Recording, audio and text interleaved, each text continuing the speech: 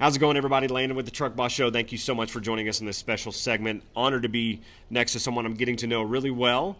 Rich Wilson of TCRG Consulting, actually retired, so I'm a little jealous. Rich, pleasure to meet you. Thank you. Nice to meet you guys too.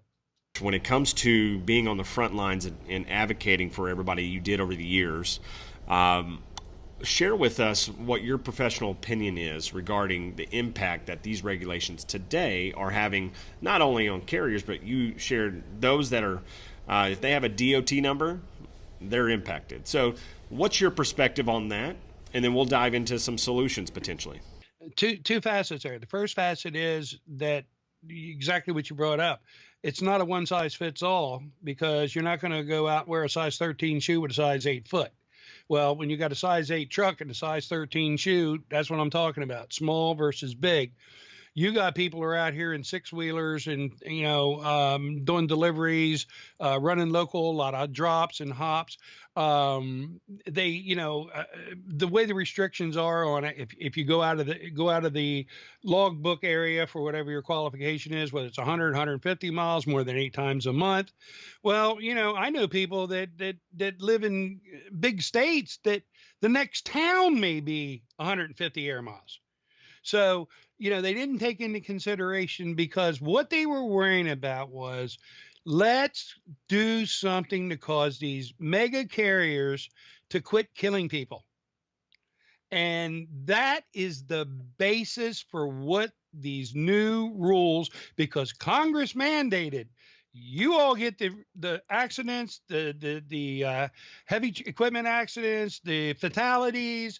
You get that down, and then in the interim, some of these spider web kind of rules that came out of it were a band-aid to a jugular bleed. I'm Landon's Trucking. I own, let's say, 5 trucks. I hire you as my consultant to come in and help with operations, safety, and compliance.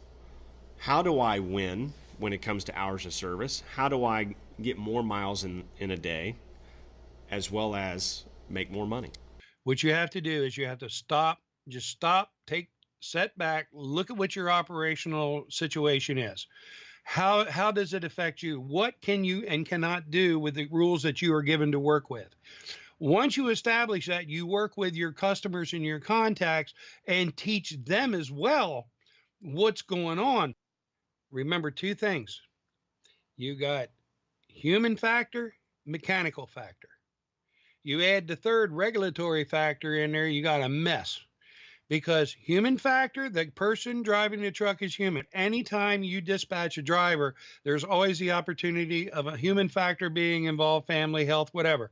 Mechanical, I don't care how well you do a pre and post trip inspection, that truck can road 5 feet down the road and have a problem. And if you don't figure that into it and have that built into your system, every day you wake up is going to be another point of misery, and another day you're going to hate in trucking.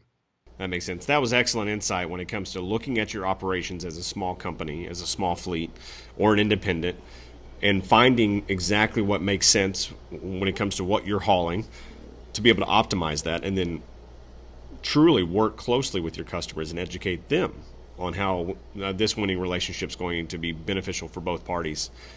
I think that's fantastic advice.